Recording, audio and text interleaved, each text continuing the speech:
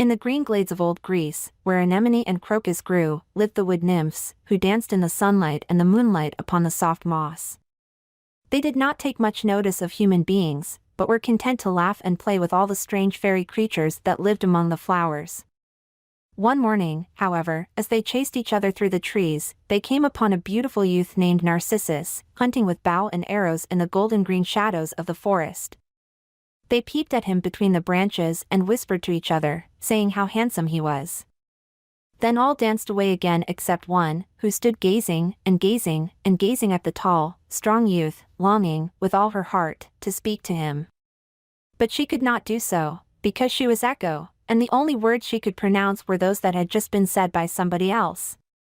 However, she waited for her opportunity, and, when the youth suddenly called out to some distant companions, "Are you here?"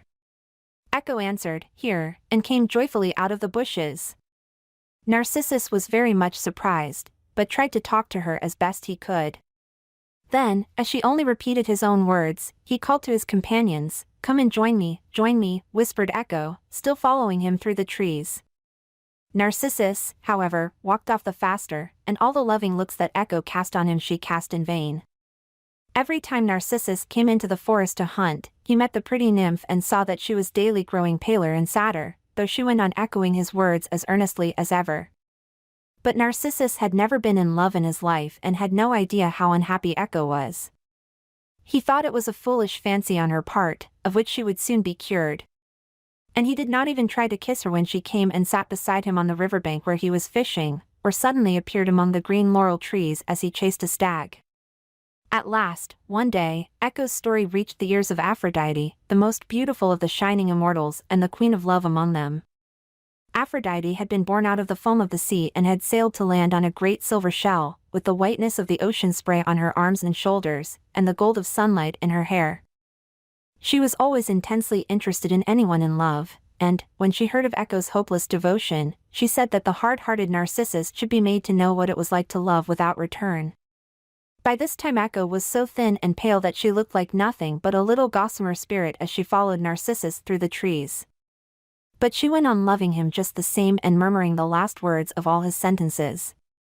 At last, she wandered away to the caves in the mountains, and there, in these hollow, lonely places, she pined away, until she became nothing but a voice, which fell sadly upon the mists of the lakes, and into the narrow valleys between the hills. Meanwhile, though all the other immortals said that Echo had been rightly punished for loving a mortal, the Queen of Love had not forgotten her determination to make Narcissus suffer the same sort of grief, and one day, when he was hunting gaily in the forest, as usual, she set a magic spell upon him. He knew nothing of this spell, and he had quite forgotten poor Echo. His only thought at the time was how hot and thirsty the chase had made him.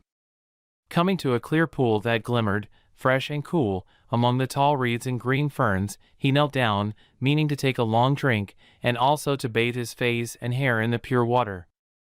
As he leaned out, far over the mossy bank, he saw another face, smiling and beautiful, rise up to meet his own. The rosy lips seemed ready to kiss him, the clear blue eyes, pretty as forget-me-nots, laughed under the bright curls which shadowed them. For a moment he gazed, delighted. Then, drawing a long breath of wonder, he raised his head a little, still looking intently at the exquisite face in the pool. The face, too, drew back, but, seen more dimly, it seemed to take on an even sweeter beauty. Stooping quickly again, he plunged his arms into the water to catch the lovely spirit who dwelt there. But his fingers only caught the wet weeds at the bottom of the pool, and, in the spray which fell about him, the face vanished. Narcissus moved a little away from the water, and sat very still upon the bank, watching and waiting. "You beautiful being," he cried aloud, "will you not come to me? Beautiful being, come to me," answered a faint voice from the mountains. But Narcissus never thought of the nymph who had once loved him, though now, indeed, he was deeply in love, himself, with the face which haunted the sparkling waters of the pool. He waited a long time, hoping that this fairy-like creature would, perhaps, step out of the ripples, and, stealing softly up the bank, come and sit by his side upon the grass.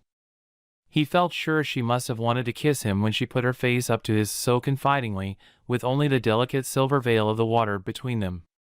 But, as the minutes passed and nothing happened, he crept, very softly, back to the pool again, pushed aside the tall flowers and rushes, and once more bent over the water.